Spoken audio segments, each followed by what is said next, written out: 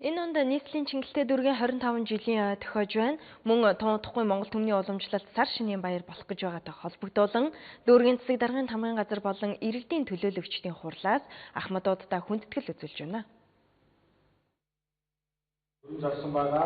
Нийслэл Улаанбаатар хотын хоймор болсон Чингэлтэй дүүрэг нь 170 мянга гаруй хүн амтай.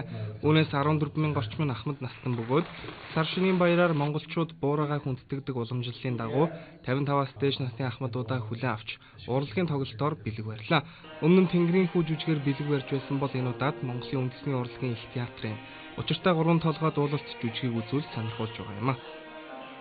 Монгол улсын хууль тогтоомжийн дагуу жил 2 удаас хүндэтгэл үзүүлдэг орон нутгийн засаг захиргаанаас энэ уламжлалын дагуу өнөөдөр Чингэлтэй дүүргийнхаа 55-аас 69 насны 10,000 орчим ахмадад манай үндэсний энэ урлагийн байгууллага, ууган байгууллага болох үндэсний урлагийн театрт үзүүр үйлчлэг үзүүлэх юм арга хэмжээ зохион байгуулж байна. Дүүрэгт манай соёлын ордон, спортын заа танхим, эрүүл эмнэлгүүд гэх мэт дутагдaltaй зүйлүүд их байгаа. Тэгээ энэ болгоныг бас энэ 25 жилийн хүрээнд шийдвэрлэхэд нь томоохон ахирал түлхэж үзүүлэхийг хүсэж ажиллаж байгаа. Би Чингэлтэй дүүрэгт 1992 оноос хойш амьдралаа холбож байна. Тэрнээс өмнө Чингэлтэй дүүрэгч Сүхбаатар Орионтой хамт нэг дор байсан байгаа юм.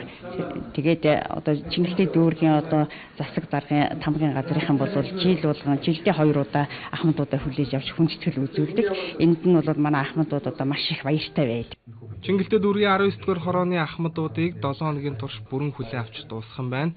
Түншлэн дүүргийн 25 жилийн ойн баярын хүрээнд хороодоос 25 санаачлаг гарган ажиллах үүрэг даалгаврыг өгсөн бөгөөд хүүхэд залууст зориулсан сургалт хөтөлбөрөөс авахуулаад эхнээсээ хэрэгжиж байгааг хэллээ. Мэдээллийг цогцоохон төгөлдөр баяр нар бэлтгэн хүргэлээ.